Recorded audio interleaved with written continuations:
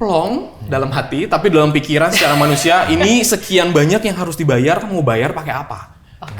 Jadi ini udah mulai setelah aku udah say sorry, oke kita putusin, kita lanjutin, mulai keluar tuh pasal-pasalnya, mulai keluar step-stepnya apa yang harus dilakukan, dikasih waktu dalam waktu 3 bulan.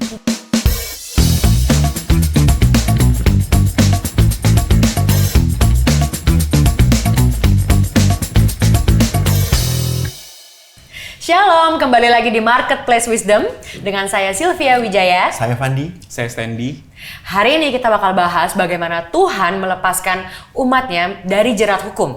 Yes. Wah, ini menarik banget ini ya. Ini ngeri-ngeri sedap nih gitu kan. Saya yakin ini akan sangat membantu jemaat di rumah yang lagi mengalami hal yang sama, betul ya Ko? Namun sebelum kita ngobrol-ngobrol sama Ko Standy gitu kan, dari testimoninya beliau, kita mau denger dulu nih tentang firman Tuhan. Apa kata Tuhan, bagaimana sih sebenarnya penyertaan Tuhan gitu kan, bentuknya seperti apa, menyertai anak-anaknya yang lagi mengalami tantangan dalam kehidupannya. Yes. Oke, silakan Ko. Saya tergerak untuk membawakan dari Mazmur 3 ayat 4 sampai 5, nggak terlalu Mazmur panjang 3, ya. Jadi intinya pada waktu itu Daud dikejar-kejar musuh, dan pada waktu itu Daud berdoa sama Tuhan ayat 4, tetapi Engkau Tuhan adalah perisai yang melindungi aku, Engkaulah kemuliaanku dan yang mengangkat kepalaku. Dengan nyaring aku berseru kepada Tuhan dan Dia menjawab dari gunungnya yang kudus. Dan di sini bahwa bisa jadi apa yang kita alami gitu ya, apa yang situasi yang ada di luar kita itu beda harusnya dengan apa yang ada di dalam kita, karena kita adalah anak-anak Tuhan. Dan kita bisa memanggil Tuhan, kita bisa mengatakan tetapi Engkau Tuhan gitu, karena Tuhan jelas berbeda dengan apa yang mengakui ada. Ya, Engkaulah Tuhan. Betul, Engkaulah Tuhan yang adalah perisai yang melindungi aku gitu. Jadi kadang-kadang bisa juga kita ini tidak bisa bersandar pada kekuatan sendiri, kita tidak bisa punya backing, kadang-kadang punya bersandar backing pada orang pun, lain ya. Punya koneksi pun juga nggak bisa, belum tentu bisa melindungi kita. Tapi kita harus ucapkan firman Tuhan gitu. Apa yang menjadi atributnya Tuhan, apa yang menjadi sifat karakternya Tuhan. Dan di sini Daud belajar untuk berdoa, mengungkapkan apa yang menjadi karakternya Tuhan.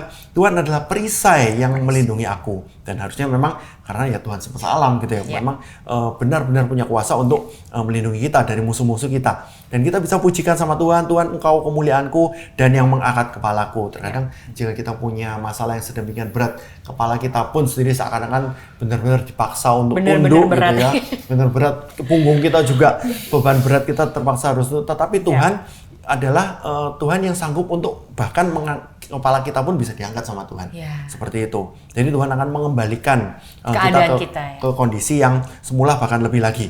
Dengan nyaring, aku berseru kepada Tuhan, kita bisa ingat bahwa Tuhan sendiri yang mengatakan kepada kita, mintalah, maka semua akan diberikan, carilah, kamu akan mendapatkan, ketoklah, maka pintu akan dibukakan. Dan Ia menjawab aku dari gunungnya yang kudus. Karena Tuhan kita bukan Tuhan yang mati, Tuhan kita Tuhan yang hidup.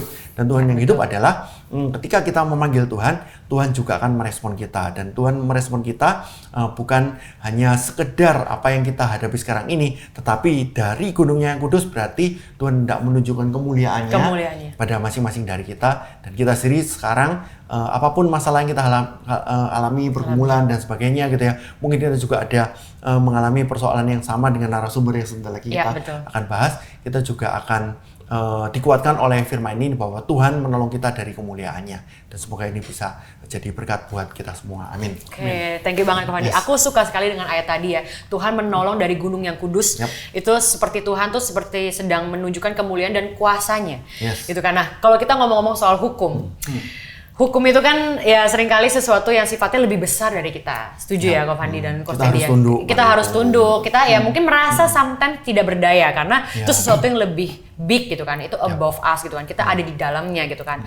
Nah, maka tapi dari pembicaraan hari ini kayak harapannya kayak bagaimana Tuhan kemudian juga sebenarnya Tuhan yang jauh lebih berkuasa lagi sebenarnya dari hal yang hukum ini gitu kan, yang bisa juga menolong kita gitu. Tuhan melampaui hukum alam. Tuhan melampaui segala sesuatunya gitu kan ya. Ya sekarang sih mungkin kita ngomong gampang ya, tapi kalau mungkin sebagai Ko Standy yang sedang ada di dalamnya gitu kan. Nah, kita mau denger nih, kita udah gak sabar untuk perkenalan dulu ya. Oh iya, perkenalan dulu. Nanti sebelum cerita pengalamannya kok bisa kenal juga kok profesinya di mana, dan sehingga nanti bisa ceritanya bisa lebih relate gitu. Silakan Ko Standy. Aku basicnya arsitek. Oke, basic arsitek di GMS sudah cukup lama. Nggak, basicnya arsitek. Pekerjaan aku memang kita sebagai kontraktor dan interior. Tapi kita punya konsultan juga. Dan kita mulainya semua dari nol, jadi bukan dari sesuatu yang dibangun sudah lama gitu. Jadi kita start dari nol, merintis pelan-pelan sampai di titik saat ini gitu. Jadi, sudah berapa tahun kau berkecimpung? Jadi kurang lebih saat aku kuliah aku udah mulai kerja. Oh wow. Jadi kurang lebih mungkin sekitar aktif benar-benar perusahaan itu ada sekitar 8 tahun. 8 tahun ya. Cuman sebelumnya kita freelance lah, sambil kuliah. Ambil pengalaman dulu. Iya, sambil ternyata dipercayakan banyak hal, dimulai dari nol, ngerintis pelan-pelan, sampai saat ini. Sampai saat ini. Kalau di Marciaron juga sebagai Ciki Leader ya.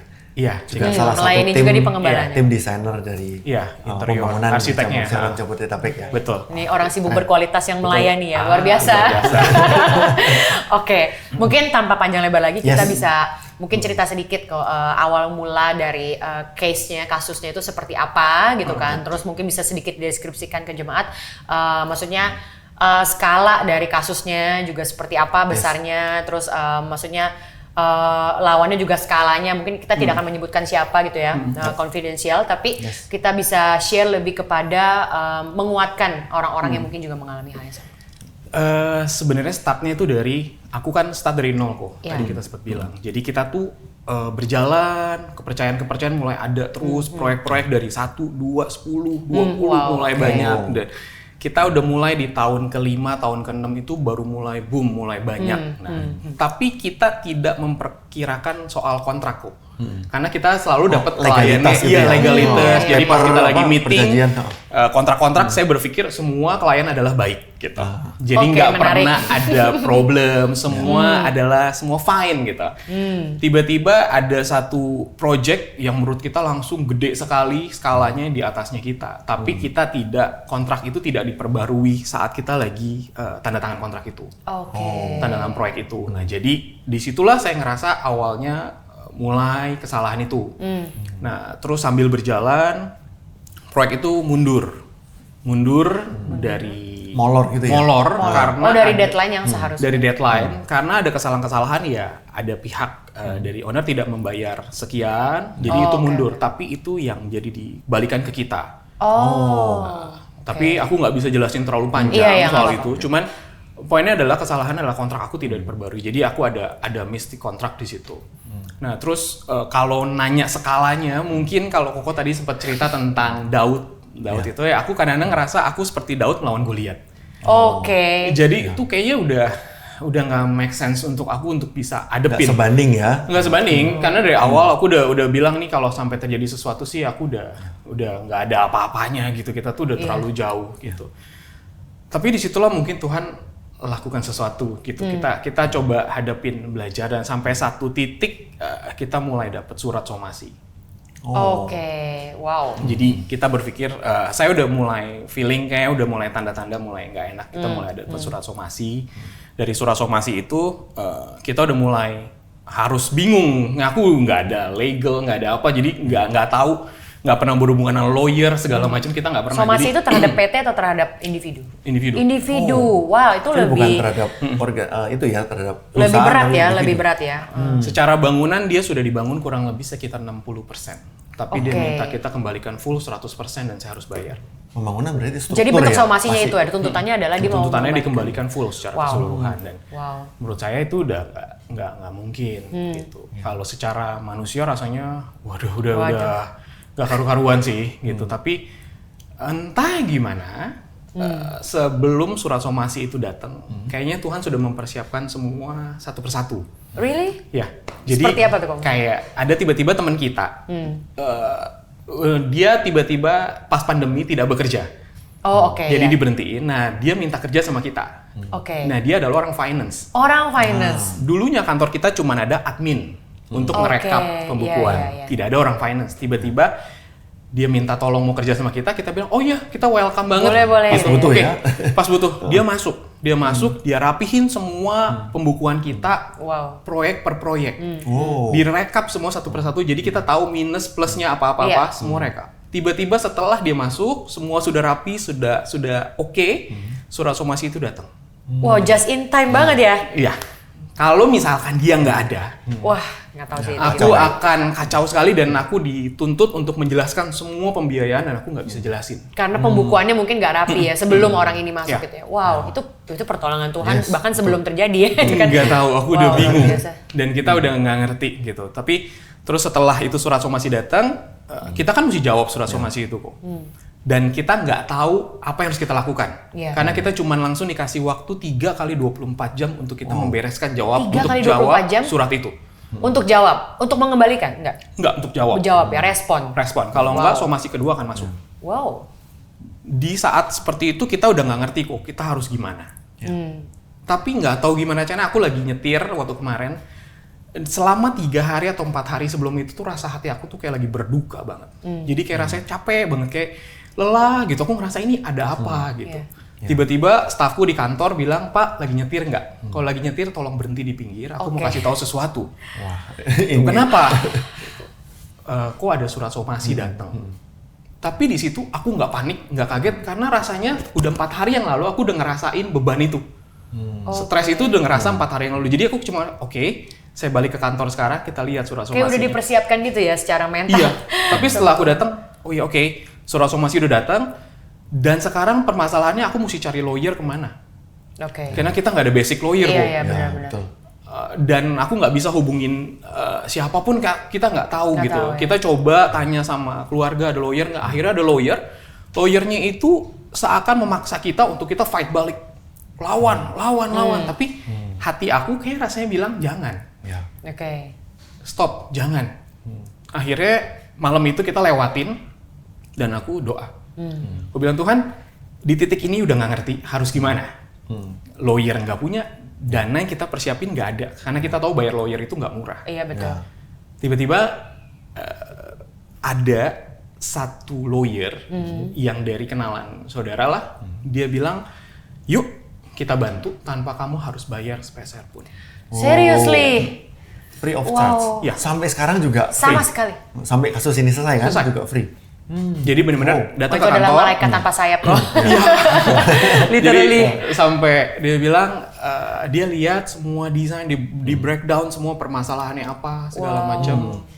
Akhirnya kita meeting, ketemu, dan di situ aku mulai ketemu dengan orang banyak, dengan lawyer segala macam, lawyer mereka, pihak segala macam. Intinya kita habis dibantai. Kita habis dibantai. Knock out. Karena lawan kita itu pinter banget soal hukum dan kita nggak mungkin bisa putar. Lawyer kita bisa lawan nggak? Bisa.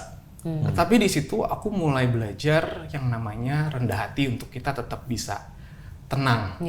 Apapun yang terjadi gitu. Jadi aku masih ingat banget aku ditunjuk-tunjuk, dimaki-maki di depan, direndahin, dikatain bodoh, nggak bisa apa-apa. Jadi ya aku cuma bisa diem, ya terima, ya terserah mau ngomong apa. Kita udah bingung satu sisi karena orang awam di posisi itu kok kita tertekan sekali gitu loh. Terkeroyok ya. Iya, karena kita cuman bertiga, mereka berdelapan apa bersepuluh gitu. Tunggu sebentar kok, agak pause sedikit di sini kayak apa exactly yang waktu itu Kosten dipikirkan, rasakan, dan Kosten dipegang rata-rata dalam hati. Tadi kan bilang tetap rendah hati, tetap tenang gitu kan, meskipun situasinya sebenarnya sangat tidak kondusif untuk tenang gitu loh. Apa yang waktu itu mesti menjadi pegangan terkuat? Saat ini sih ngomong enak ya. Realnya pas kita lagi di hari H itu tuh aku tuh udah stres kayak orang berduka, kayak orang mau mati, ngerasa di titik nggak bisa bergerak, nggak tahu mau lakukan apa. Ngeblank, aku nyetir aja kadang-kadang suka berhenti di pinggir jalan karena nggak tahu tiba-tiba harus lakukan apa. Sampai di titik itu stresnya, sampai mual, muntah, jadi udah sampai stres banget gitu. Mungkin itu titik balik aku, titik terendah. Jadi benar-benar sampai udah kayak Tuhan bilang, ayo, udah nggak bisa bergerak. Dan sampai aku bilang terserah Tuhan, lakukan apapun gitu. Yang terserah Tuhan mau lakukan apa. Tiba-tiba pas lawyer aku bilang, ada 2 pilihan Stan, kamu mau fight atau kamu mau beresin ini, lakukan yang terbaik. Dan kebetulan beresin lawyer maksudnya aku bayar ya? Maksudnya aku selesaikan proyek itu. Oh. Selesaikan proyek itu berarti aku nanggung kerugian. Iya, yang cukup besar. berarti. Yang harusnya tidak harus aku tanggung kok. Dan lawyer aku kasih penjelasan, ada banyak yang dikorbanin, ada perusahaan yang kamu bangun akan merembet ke sini masalahnya akan ke sini. Efek dominonya. Dan kalau secara emosi dan secara teman-teman aku semua bilang aku tuh bodoh. Bodohnya kenapa lu mau terima? Kenapa lu nggak lawan? Karena kita punya bukti ini sudah cukup kuat. Tapi ada banyak hal yang tiba-tiba kayak terlintas di kepalaku untuk diem dan jangan lawan. Diem dan jangan lawan. Jadi sampai semua orang bilang aku bodoh. Jadi maksudnya kenapa lu nggak lawan? Gue sih bingung sama lu, gitu kan? Cuman nggak tahu kenapa hati aku bilang diem dan jangan lawan. Dan aku tanya istri aku, apa yang mesti aku lakukan? Diem. Berarti confirmation ya. Jadi istri aku bilang diem dan jangan lawan. Dan lawyer aku bilang itu pilihan yang paling tepat, Pak. Kita sebagai profesional, Bapak mesti menunjukkan kalau Bapak bisa bekerja secara profesional.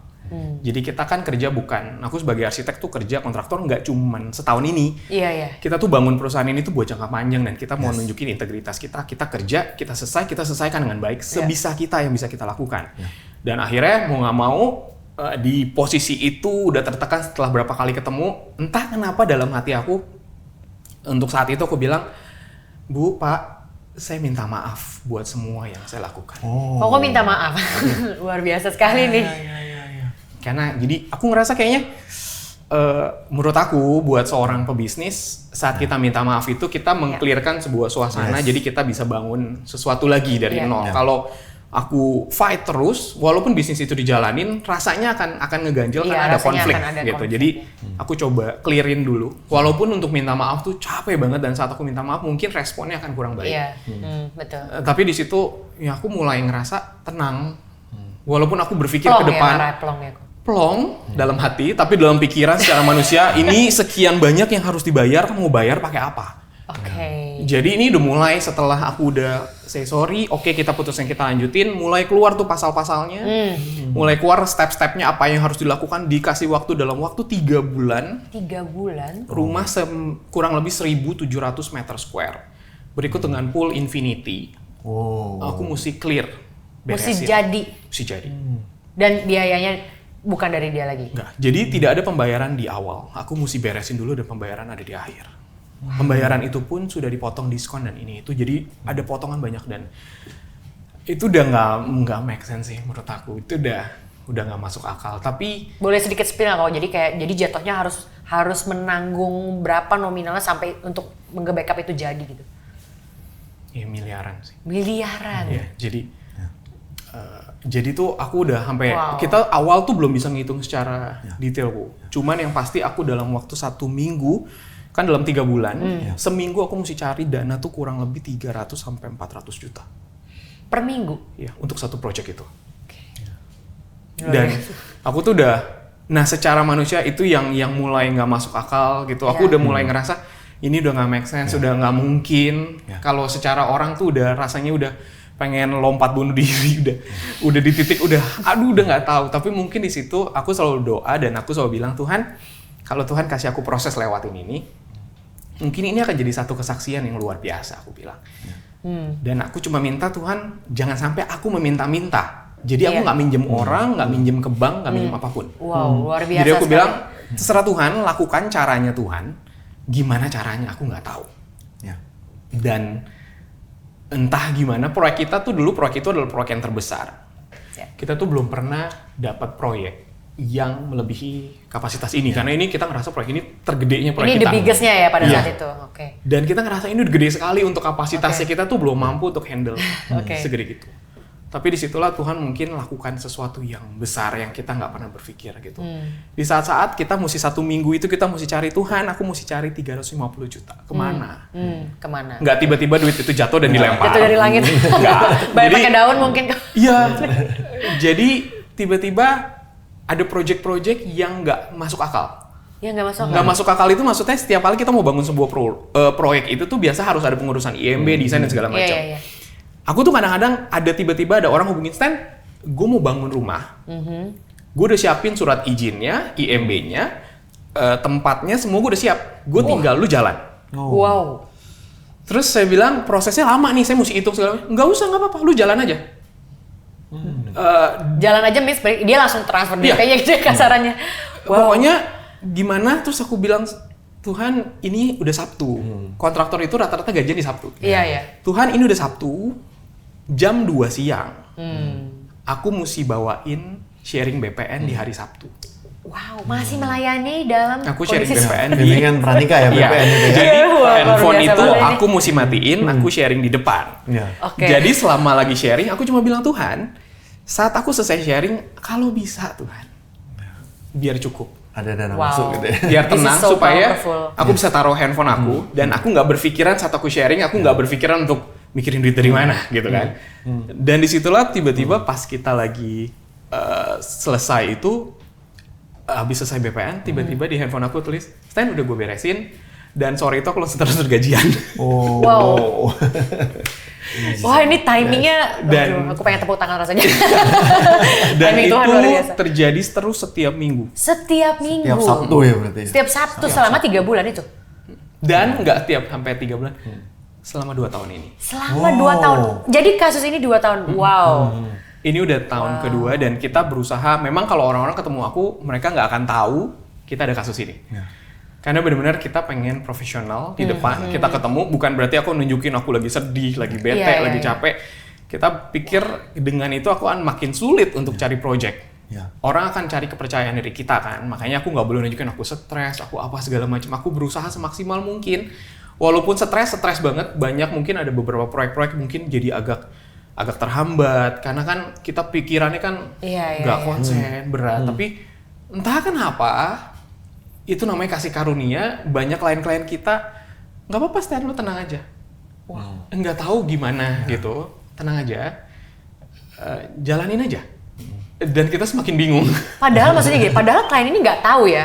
Enggak. Maksudnya lagi mengalami hal seperti ini gitu kan. Dan mereka bukan konteksnya kayak gue bantuin lu gitu kan. Enggak, mereka ya Jadi biasa profesional aja kan? gitu ya. Memang Ini mereka- ajaib sih, ini miracle sih. Dan yang aku tangkap kayak Mas Dendi kayak nggak fokus pada kenapa Tuhan ini terjadi, tapi kayak lebih fokus kepada oke, let's do this, Iya. let's finish it gitu. Kayak maksimal Iya. dengan solusinya itu ya. Semua timku, semua karyawan, awal sih untuk ngalamin ini, aku setiap kali datang ke kantor tuh rasanya kayak berduka. Jadi satu kantor, aku sempat waktu itu sampai stres banget, rambut sampai gondrong, sampai udah bewok, kayak udah nggak keurus Oke. gitu. Aku turun berat badan hampir 15 kilo. Oke, 50. Dan kayak sampai udah stres banget datang ke kantor, rasanya kayak mual, kayak nggak bisa jalanin hari segala macam. Sampai satu titik ada Ko Philip waktu itu Saat teduh saat teduh Saat di teduh. gereja. Saat Pertama teduh yang bersama. di gereja tentang badai pasti Yang berlalu. live ya. Oh, yang live Iya. ya, yang di Tangerang ya. Itu di Jakarta. Oh, di Jakarta ya waktu itu. Ya? Badai pasti berlalu, dan itu tuh jadi kayak ngerasa, iya, ini harus ada perubahan dan gue harus lewatin ini. Iya. Badai ini harus berlalu. Ya. Oke. Jadi akhirnya kita kayak ada satu semangat baru untuk kita fight.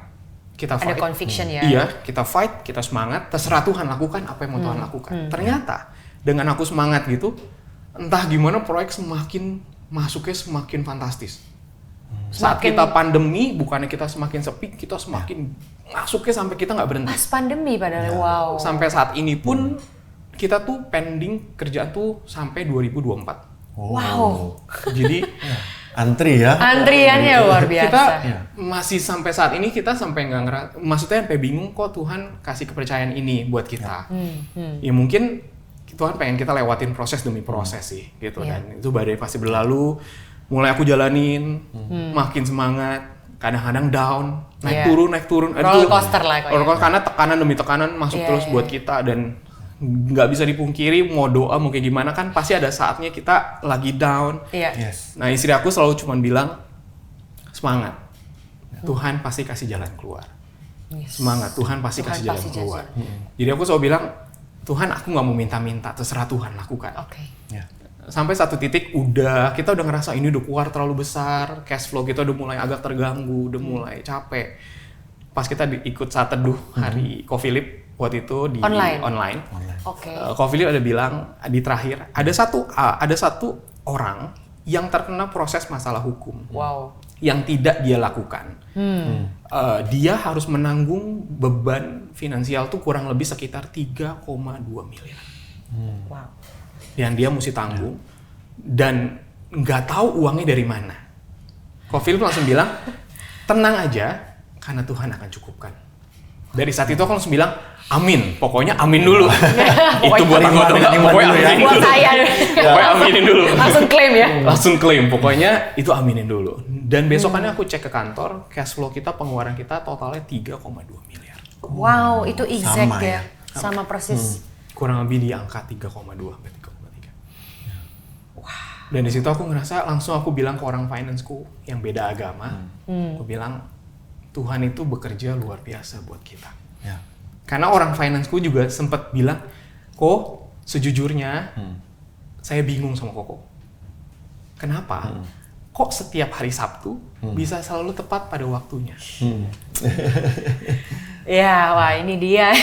Karena aku selalu bilang, kenapa? Karena setiap kali dia bilang, kok kita perlu dana sekian. Aku selalu respon, aku selalu bilang, oke tunggu sebentar. Aku doa dulu sebentar. Wow. Jadi Aku merinding. bukan sok rohani, cuma maksudnya karena aku udah titik nggak ngerti lagi mau lakukan apa. Karena udah Iya, nggak bisa apa-apa. Emang udah nggak tahu lagi nih. Mau minta ke bank, nggak punya jaminan. Cuma ada mau satu minta orang ini, ya. mau apa? Ya, minta ke bank di atas. Bang yang di atas ya betul. Oke. Jadi aku cuman udah nggak bisa apa-apa, jadi aku cuma bisa melakukan terserah Tuhan. Udah di titik aku udah nggak tahu ini harus dibayar. Tuhan, kalau ini aku nggak beresin, nama aku akan jelek banget sama klien. Jadi aku nggak mau jadi batu sandungan, aku pengen lakukan yang terbaik yang bisa aku lakukan. Tanpa aku harus meminta-minta dan tanpa aku harus minjem sama saudara aku. Mungkin saudaraku semua orang kaya raya, misalkan gitu. Kita berusaha maksimal mungkin untuk kita fight sebisa kita gitu. Dan aku pengen bilang, Tuhan, aku pengen tunjukin kalau anak Tuhan itu nggak perlu minta-minta, Tuhan cukupin. Itu yang dipegang ya, maksudnya value itu ya. Susah nggak? Susah. Susah sih kalau ngejepit utang 3,2 Susah banget. Dan sampai hari ini kita juga masih nggak ngebayang gimana caranya kita bisa lewatin. Tapi mungkin itu proses yang Tuhan bawa hari demi hari, sakit-sakitnya. Sampai aku bilang sama istri aku, kalau orang ini namanya orang putus cinta, orang sakit, ini tuh rasanya aku udah kayak orang udah sakitnya tuh luar biasa sakit gitu loh. Kayak nggak salah disalahin, mau nggak mau kita mesti nanggung, yang harusnya kita bisa jalanin sesuatu, nggak bisa, kita mesti sakit banget. Saya bilang ini sedihnya itu sampai kayak berat banget gitu. Tapi setiap kali kita lagi berduka, lagi down, aku selalu bilang, Tuhan kayaknya aku mau give up deh jadi kontraktor, jadi arsitek. Tuhan kayaknya aku mau mundur aja deh. Setiap kali aku bilang mau mundur, sore-sore atau siang itu tiba-tiba banyak klien yang telepon, nggak tahu, masih kerjaan dan bikin kita jadi nggak bisa mundur. Oke. Ini cara Tuhan ya. Wah, ini luar biasa. Aku ngerasa kayak Tuhan tuh kayak depan dia buka jalan, belakang dia backup, kiri kanan semua bantuan datang gitu kayak wow. Iya, kayak semua aku ngerasa iya Tuhan kayak udah arahin. Oke, aku selalu bilang sama istri aku, kayaknya kita ngerasa nih bukan orang yang lagi kayak di proses jatuh dalam dosa, cuman kayak kayak Tuhan lagi ajarin kita untuk kita belajar sesuatu. Jadi aku tuh kadang-kadang sama istri bilang, kayaknya kalau kita ngeluh dan kita ngadepin gini dengan marah, bete, kesel, kayaknya akan terus ngalamin ini deh. Iya, nggak ada poinnya. Kayaknya kita harus stop itu dan kita berpikir caranya kita lewatinnya gimana. Dan kayaknya mesti tahu Tuhan maksudnya apa gitu. Sampai satu titik kita dapat, oh maksud Tuhan adalah diem dan berdoa. Terserah Tuhan lakukan apa. Wow. Sampai di titik itu. Makanya kok Puji waktu itu ada khotbah tentang turning point. Iya. Itu kena banget aku. Jadi aku ngerasa, ya ini, ya aku udah harus berbalik gitu. Mungkin ini Tuhan bawa aku untuk sampai titik terendah. Nggak ada orang lagi yang bisa bantu. Udah nggak bisa lakukan apapun lagi. Terserah. Ternyata pas kita lewatin ini, kemarin kita sudah clear. Oh ini jadi ini berjalan 2 tahun, saat ini statusnya gimana kok? Sudah selesai? Clear. Like bener-bener 100% done? Secara hukum rumahnya udah jadi? Clear. Hukum juga udah beres? Clear. Oh wow, semua congratulations. Tapi di situ kita mulai ngelihat, maksudnya dari respon dari mereka adalah takut aku kabur. Takut aku tidak memberikan jaminan. Aku bilang enggak. Kita udah disomasi, kita udah diginiin, kita tanda tangan sesuai dengan standarnya. Saya kasih kamu garansi rumah itu. Ada permintaan apapun, kamu tinggal minta sama saya. Tinggal ngomong, karena itu adalah service yang menurut saya harus saya lakukan. Karena kita jasa, kita coba lakukan yang terbaik mungkin. ada banyak kesalahan, ada bocor, ada ini itu mungkin itu bakal terjadi karena semua orang yang kerjain secara manusia yang kerjain. Tapi kita berusaha lakukan yang terbaik yang bisa aku lakukan. Good service segala macam. Jadi rumah itu udah kelar. Mereka takut banget aku lari. Aku sempat bilang, kalau mau lari, aku lari dari 2 tahun yang lalu, jangan lari dari sekarang gitu. Ngapain sekarang terlanjur jauh. Ya aku mesti hadapin segitu banyak gitu. Ngapain lari sekarang? Udah sekarang saatnya gue hadapin. Ayo. Ayo kita hadapin, kita clear gitu. Ada masalah apa ngomong. Jadi aku bisa hadapin, tapi ternyata dari proses-proses ini timku di lapangan itu tuh bener-bener rasain proses-proses ngadepin klien yang berat sekali. Jadi sekarang ngadepin klien yang lain kayaknya agak lebih ringan. Karena yang itu berat sekali gitu. Wah, ini menarik sekali ya. Maksudnya ini sampai speechless loh. Jujur kita sebagai host kayak sampai bingung mau ngomong apa gitu. Jadi benar-benar Tuhan perisai itu, Tuhan menolong dari gunung yang kudus itu.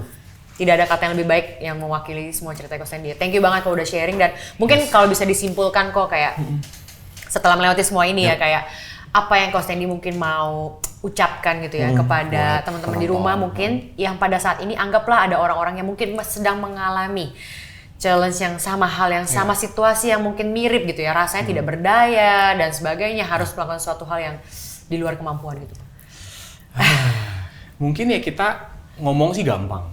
Kita ngomong tuh kayaknya gampang ngadepin sesuatu. Iya lu doain apa, itu gampang. Tapi sejalan ini tuh nggak segampang itu. Tapi percayalah kalau Tuhan lakukan dan Tuhan kasih proses itu, berarti Tuhan kasih kita kemampuan buat lewatin itu. Yang penting kita tahu dulu maksudnya Tuhan apa gitu. Kadang-kadang aku ngomong gini gampang karena aku udah lewatin. Iya betul. Cuman ya memang itu yang harus dilakukan. Saat kita udah nggak berdaya, udah nggak tahu apa-apa, udah nggak bisa apa-apa lagi, ya cuma bisa berlutut, maka berlututlah, lakukanlah itu. Saat hati kamu bilang berlutut, lakukanlah itu. Saat hati kamu bilang rendah hati, minta maaf ya minta maaf, walaupun hati nggak mungkin. Tapi maksud aku tenang, karena Roh Kudus ada, karena Tuhan ada gitu. Jadi aku selalu merasa saat aku lagi down, lagi capek, aku selalu bilang tenang, ada Roh Kudus, tenang, ada Roh Kudus. Saat aku lagi nggak memungkinkan untuk ngambil keputusan, tenang, ada Roh Kudus. Sampai hari ini 3,2 M itu benar-benar tercukupi ya kok dari segala satu uangnya Tuhan cukupkan ya. Iya, aku nggak ngerti dari mana dan gimana gitu. Walaupun proses ini aku mesti tetap memberesin, bukan berarti Tuhan kasih tiba-tiba jebret begitu. Namanya perusahaan, kita cash flow semua kita terus akan berputar ngatur. Cuman kita akan benar-benar lebih baik, ngatur jadi lebih baik. Pengeluaran kita akan lebih bijak untuk ngatur ini, kepercayaan-kepercayaan yang Tuhan kasih. Sekarang berdoanya bukan Tuhan minta proyek, bukan. Tuhan kasih aku hikmat untuk aku kelola yang ada. Iya. Tapi ini kalau yang aku tangkap ya Kak Fandi, kayak pertolongan Tuhan ini pun juga sebenarnya tidak akan terjadi kalau tidak ada respon dan kerjasama yang benar dari anaknya gitu, dari Coach Sandy dan istri yang luar biasa banget gitu ya. Sikap hati dan mau gitu loh untuk ya saya lakukan bagian saya tetap ya udah proyek datang oke saya kerjain profesional apa. Kan kalau kita ngambek dan nggak mau gitu pasti ya juga mungkin tidak akan terjadi gitu ya. Wah ini bagus sekali kok, thank you banget Coach Sandy. Mungkin terakhir kita mau kasih kesempatan untuk doakan ya, barangkali ada teman-teman yang serupa atau kena jerat masalah hukum dan lain-lain. Silakan. Iya, Coach Sandy silakan doakan. Tuhan, hari ini kita berdoa buat kita yang hari ini ngalamin banyak proses, banyak masalah, banyak pergumulan. Tuhan, kita nggak tahu apa yang terjadi dan masalah hukum apapun itu. Tapi aku percaya Tuhan, Engkau Allah yang besar, Engkau Allah yang menyediakan semuanya tepat pada waktunya, dan Tuhan nggak pernah biarin kami berjalan sendiri. Dan aku percaya Tuhan, Engkau Allah yang memberkati kami dan memberikan kami hikmat dan jalan keluar untuk kami lewatin semua proses ini. Amin. Terima kasih Tuhan di dalam nama Yesus. Amin. Amin. Thank you banget Coach Sandy, thank you banget buat kisahnya yang benar-benar mind blowing banget ya. Baru kali ini diceritain. Cilena kok puji pun belum tahu. Sekali lagi congratulations sudah melewati semuanya dengan baik gitu kan ya. Well, puji Tuhan, kita bersyukur. Ya, sukses selalu buat usahanya kok. Oke teman-teman jemaat di rumah, terima kasih telah menyaksikan Marketplace Wisdom. Sampai ketemu lagi di next episode. Jangan lupa like, share, komen, dan kalau ada laporan kemenangan jangan ragu buat testify. See you. Bye bye. God bless. Bye bye.